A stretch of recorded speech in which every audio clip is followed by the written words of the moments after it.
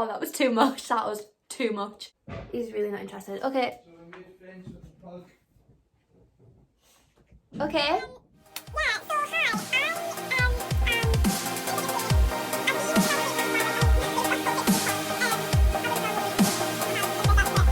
So I decided to do a video about my recent surgery, just because I've had like quite a lot of questions of people in general, people that I know, or people when I've like mentioned that I've had surgery, people have said like, oh, like what's that like, or like, oh my god, how are you alive, questions like that. So I thought I would make a video. So I found that when I was diagnosed with, I'm not even gonna say my diagnosis because I'll put it up at the end or something, or actually no, I'll put it here.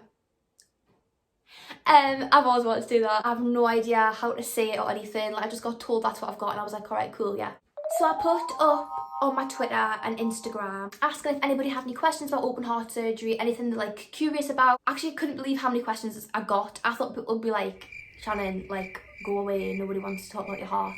But like the amount of people that like replied and like wanting to know information about my surgery was amazing. So thank you so much to everybody who has asked a question, or even just people that checked up on us to ask if I was alright during my surgery. Like it means so much. Anyway, let's get to it. This video is for anybody who's going to be going through open heart surgery, or anyone who's just genuinely a little bit nosy. Like when I got diagnosed, there wasn't enough information for young people. There also wasn't enough information for people that are like performers, athletes. So the first question, how did you realise you had something wrong with your heart? So the answer to that one is I didn't. I went to a musical theatre college for 3 years, and it got to like my second year and I was having a lot of like really bad pains in my stomach, and I went to the doctors loads and loads in second year. And they told us like, oh, you've got, what do you call it? IBS.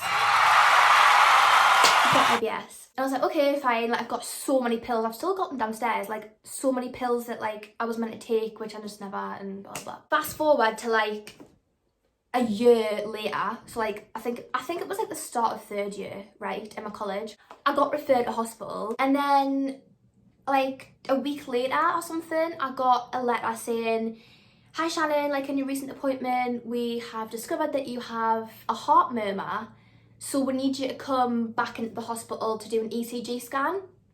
And I was like, okay. Like so weird, because I was literally in about bowel syndrome, and then they're telling us I've got a heart murmur. So for anyone who doesn't know, a heart murmur is when your heart basically beats wrong. So I went back, got an ECG scan, I got like loads of different scans, like it took ages. So I went back in to see my doctor, and he said, listen, you've not actually got a heart murmur. I don't know who referred you about the heart murmur, but we cannot hear it. Like we have listened so hard, there is no murmur, but all your blood is flowing the wrong way. One part of your heart, so this, like, I just couldn't register this, but basically your heart, one side's meant to be smaller than the other, and basically the side that was meant to be smaller than the other was like absolutely massive in my heart, and it was like nearly exploding, and they were like, yeah, you like really need surgery, like your heart. Are you okay, Chico? Oh, my dog just coughed. Back in a couple of months later, after they did a couple more scans, I had a test where they put like a camera like in through my groin up into my heart just to check everything. My mum was like, oh, okay, so she's gonna need surgery, like will it probably be like a keyhole surgery? And the nurse was like, no, we really need to open it up. Like I was just like, my mum started tearing up, and I was just like, total just accidental finding. Went to the doctor about something else, got referred about something else, and then they found something accidental, and then it just kind of spiraled. The thing that they actually thought they found I didn't even have, but they found something else. So I'm incredibly grateful that whoever thought they heard a murmur, I'm so glad they thought they heard that. I didn't have any heart pains, any heart problems, nothing, but they reckon that I've had this congenital defect since I was born. I just always thought at college we used to have these things called body conditioning classes where it was like proper intense like workouts, and I always thought like, oh my god, like I'm a bit like not lazy, but I just thought it would get to a point where I had to stop. It wasn't like, oh, I'm getting tired, like come on, push yourself. It was like, stop, you're gonna die. Like that's how I always felt in body con. Question 2, How did you come to terms with the fact you needed major surgery? I don't really think I did come to terms with it, like genuinely, until I was in that operating room and I was about to have my chest cut open. Pretended that it wasn't a thing, just kind of carried on with my life. I was still in college, I was in 3rd year. Just wasn't phasing us until I actually was there. I don't think it really hit us until after the surgery. I woke up and I was in intensive care, and I remember waking up and my mum was like in my vision, and I was like, Mum, I don't want to have the surgery anymore. And she was like, Shannon, you've had the surgery. It just, I don't know what was going on with my life, but yeah, so that question made us think like, oh, when did I come to terms with it and how did I come to terms with it? But I think I didn't really. I think I just like went along with it until it was too late and I was in there. What was the day of surgery like? I actually went in the day before about 3 o'clock in the afternoon. You get some dinner. The best thing about it is you get a literal cheese board. Like in the hospital that I was in, I got a cheese board. It was incredible. My surgeon came in and like made us sign these like forms to say that like if I like passed away, then obviously like I wouldn't sue anyone, and just the usual kind of stuff. So if you are going to be going through surgery, everyone has to sign those kind of things. But the chances of survival are so high that it's not something to worry about. Got woken up at 6, I was shattered. They gave me a pill to calm us down, to kind of zone me out. Like I felt really chill. I felt so chill. They also gave us a thing that they call magic cream. So they put it on here, here, here, and I think like just kind of here, because I had like injections into my neck. That they're going to be basically putting blood in and stuff and supplies through your body. They need to put like injections through it to put the tube in. So they make them bits of your hand and your neck and whatever a bit numb, so that it's not just like pain the whole time you're getting it done. But basically I was getting all the needles in, getting all the tubes put in so that they can inject things into us. And my mum, I think I'm gonna faint, and she just fell to the ground. And because I was like really chilled out, I just looked to the side and I was like like if I wasn't on this drug, I think I would have like been sick everywhere. Next minute, my mum's in the bed beside us, and she came round really quickly, and then all I remember is her saying like, bye, I'll see you on the other side, and I was like, bye. Went into the operating room. All I remember, I'm lying on the bed, and they literally said, I'm gonna count down from 10, and I'm gonna put in this liquid that makes you go to sleep. Okay, 10. Gone. Absolutely gone, like literally gone. The next minute I woke up and I had had my surgery. I was in intensive care, and when I woke up I had this big tube down my mouth because it was meant to keep my airways open, and I just remember being like please somebody get this out my throat. I just needed water, like I was dying for water so bad. My dad says this happened, but I don't think it did, because I don't know why I did this, but basically apparently I woke up and I seen him and I went, I don't know if that's true, but that's what my dad said. My fiance said that, like, I asked one of the nurses for water and she was like, you can't have it yet because you've not got your eyes open. And like they were just like kind of rolling. And apparently I looked at her and I was like, that's all I remember from the day of the surgery. After that, just kind of you're getting very well looked after in intensive care. People are coming to your beck and call, like you've got a bell to ring, which I wasn't really awake or ready to ring anything, but I was like saying to my mum like I need water. So they give you like a sponge that you put like above your gum and they squeeze it into your mouth, and that puts a little bit of water in your mouth because you're not ready to properly swallow. All I will say is when you wake up from that surgery, you are not in pain, you cannot feel a thing, you're on morphine, you're on loads of different types of drugs. All I remember feeling was like really, really tired and just like out of it. But the next question is, how long did it take you to walk again? Before I went in for the surgery, I like met up with a physio, and she was like talking us through like, oh yeah, you're not going to be able to walk and stuff, so I'll like retrain you how to walk. And like nobody, like everyone had failed to tell me that I was going to be unable to walk. So that's like really great. Didn't walk the first day. The first day is like, you've just had surgery, your body is so shocked, you just want to like sleep basically. The second day, I remember I woke up, I hardly slept, but I properly woke up at maybe like 4 in the morning, and I was chatting to the intensive care nurse, and she like washed my body top to toe because obviously I wasn't able to like get out of my bed. I also had a catheter in, so if I needed the toilet, I would just let go in the bed and it was all collected, which was probably the worst thing, and one of the things that I didn't realise before my surgery. We'll get you to walk tomorrow, but today we're just going to try and get you to sit up in your bed. And I just looked at her and I went, bleh. just projectile vomited, just sick everywhere, and it was like proper green horrible bile stuff. It was just, it wasn't cute. Like, I can't, there's no way I can move. So they left us again.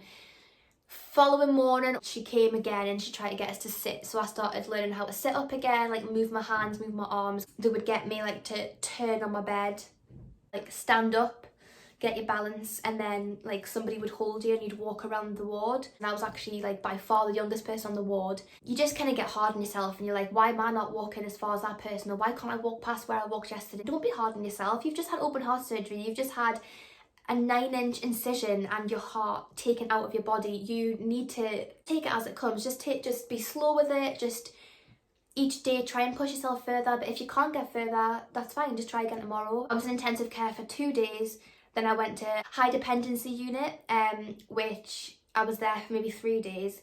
And that unit is kind of like intensive care. You're still on machines and stuff, but the nurses and that will maybe come and see you every half an hour, as opposed to like being by your side at all times. In high dependency, I wasn't really learning to walk. I was kind of learning to sit up and like learning to turn over in my sleep and things like that. I still had a catheter in. I wasn't allowed to go to the toilet. I wasn't allowed to stand up. A lot of the thing with open heart surgery that people don't realise and don't think about is how humiliating it can be, and the fact that like there was times when my mum was showering us, like for weeks my mum had to shower me, and as a 20-year-old woman that's not something that you're really used to or want to have. But yeah, all in all, I would say to walk and feel comfortable to walk, it took us about 6 days, 6 days. When I was walking, I was like hunched back and I was like, oh, I used to hug like a towel in front of my chest. I would say it takes you a little while to walk, but don't be hard on yourself. And the next question, oh, I already answered that one, kind of. How long were you in hospital for? So I was in hospital for, altogether, I think, a week. Maybe just less than a week. I can't actually remember. But yeah, in intensive care for a couple of days. Then I was taken to HDU, high dependency unit. Then I was put on a ward. So I had my own like room on the ward, but it just meant that I was like in a corridor with other people, and the nurses would maybe come and check on you every, I don't know, like hour or hour and a half. Like it was just like a normal ward but for heart patients. So that was when I was like learning how to walk properly and kind of getting up and going to the toilet. My catheter was removed. I wasn't on morphine anymore. Like you're starting to get more dependent on yourself. The next question is, what was the hardest thing about recovery? It's so hard to pick. I think the hardest thing was the length of time, and the fact that I had just graduated as a musical theatre student and all my friends were like off doing auditions. Some of them had moved to London, some of them were already away on contracts. I felt just a bit like a failure, and I know I should never have felt like that because, you know, I'd had surgery, but I just kind of felt like I was behind and I was never going to get there, and I just felt like, well, what's the point? And I can hardly even walk, I can't run, I can't dance, I can't sing now, and that's something that I never thought about. The fact that, you know, like the whole way I would then breathe, because I would now have more oxygen in my body, would then determine the way I would sing. So I had to learn how to sing again. The hardest thing for me about recovery was the fact that I'm a performer. This is kind of a really big physical step back. I can't believe I can't go out and go auditions and stuff. 3 months minimum before you can like walk and run properly. And that was the hardest thing, just like coming to terms with the fact that I was literally going to be out of action for a while and just needed to chill myself out and just like recover. I would just say to anybody who's recovering from open heart surgery and you're in the first 12 weeks, don't push yourself. Don't think, oh, I was fine yesterday, I'll just like pour the kettle, because honestly that sets you back. I made the mistake of, I was taking my little brother to the soft play. This must have been like week 6 or something, because I was like walking about and I was holding his hand and we were walking along the road and he tripped. And obviously when you trip, you kind of, whatever you hold and you pull it. So when he tripped, he pulled my hand, and because my scar obviously wasn't like all connected yet and my bone wasn't fixed, I just felt the biggest rip, like, and it was like, honestly, it just sent shivers up and down my spine. Like, it felt horrible, and I just knew that something was wrong. And from then my scar got a little bit infected and stuff. So that is my biggest advice for anyone who's going through recovery, is just take that recovery time. Don't push yourself, because you can actually do more damage than good. Next question is, how did you get back to peak fitness? It honestly took me about a year. Like, I'm not even joking, until about January 2020, I didn't even feel fit again. Like, the whole year of 2019 was very hard. You can't lift anything that's heavier than a kettle in them 12 weeks, otherwise you're going to damage yourself. So after those 12 weeks, I'd say maybe like the 4 or 5 month mark, I started going back to the gym. I started like walking my dog. That's a really good question I got asked, and I've been asked this quite a lot from like my friends and family, was what was my first audition back after surgery like? So my first audition back was in September or October of 2019, and I had my surgery in January. So it was the same year. It was, you know, it was pushing myself a bit, but I have an incredible agent, and I said to my agent, like, listen, this is my favourite show ever, like, please can I be seen for it, like, please try and get me seen. And of course she did get me in the room, and I was so buzzing, like, that feeling to be back. It was very nerve-wracking because I felt like, well, I've not been dancing for like nearly a year, and obviously I'm not going to be as good as anyone else in the room. But I had a really good time, and I was just taking it as a free class, just kind of like getting back to what I do as a job. It was really nice to just get back in the room, even though I didn't think I was amazing or anything like that. So this next question, getting uncomfortable. How has your surgery changed your life? It's changed my life in so many different ways, but I would say like the main one to talk about is it's just made us like put everything into perspective and realise that like life is so short, and like you never know what's around the corner. When I was lying in hospital, it kind of made us think like, if I was to die right now, like there's so many things that I've not done. In 2019, like I went on a lot of holidays. I did a lot of things that I normally wouldn't do because I'd be like, oh, I can't really do that because I might have an audition that week. And in 2019, I just thought, you know what, I'm going on holiday. I went on holiday 5 times, and it was incredible. Like, it was the best year ever. I think when you're in those situations, and it just really puts this huge, like, different outlook on life. So the last question that I'm going to answer, there was actually, like, so many questions that I had to, like, choose ones that hadn't been asked multiple times and like just kind of like whittle it down into ones that I thought people would be interested in hearing about. But if anybody has any other questions or anything personal they want to ask me, then like feel free to drop us a message. Like, the last question that I wrote down was, how well did your scar heal? So my scar is 9 inches.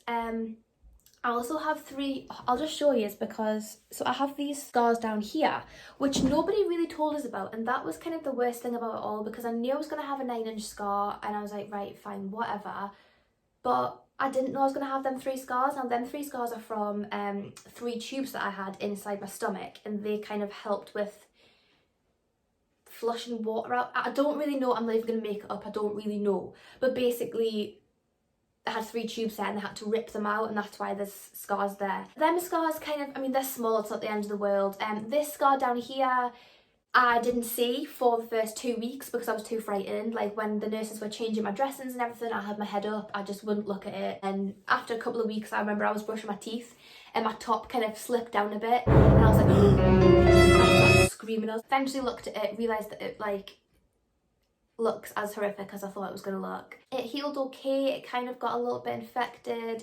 So at the top of my scar I've got like a little circle where it should really just be a line, but mine opened up and it started to like spout out the other way because it was infected. It's a year on now, and I feel like it has healed. It's okay. I mean, I don't love it, but it's there. It's just, it's part of me now. So I would say, yeah, you definitely get used to it. Like, don't think, oh my god, I'm gonna hate this for the rest of my life, because I was so dramatic about it. Like, I was literally like, I am never gonna look at myself again in the mirror. If you are worried about your scar, just remember that it is what saved your life, and just try and embrace it as much as you can. That is all the questions that I'm going to answer on this video, because I really don't want to make this like a 2-hour sub-story video of me like, oh my god, I had surgery. I hope that that's answered some questions for people that are going to be going through it, or anybody that is having a different kind of major surgery that wanted to know like what it's like in hospital or recovery period. Hopefully I've helped even one person. Thank you so much for watching, and I mean, if you want to subscribe to my channel you can, but I don't mind. I mean, hopefully you've enjoyed the video, and I will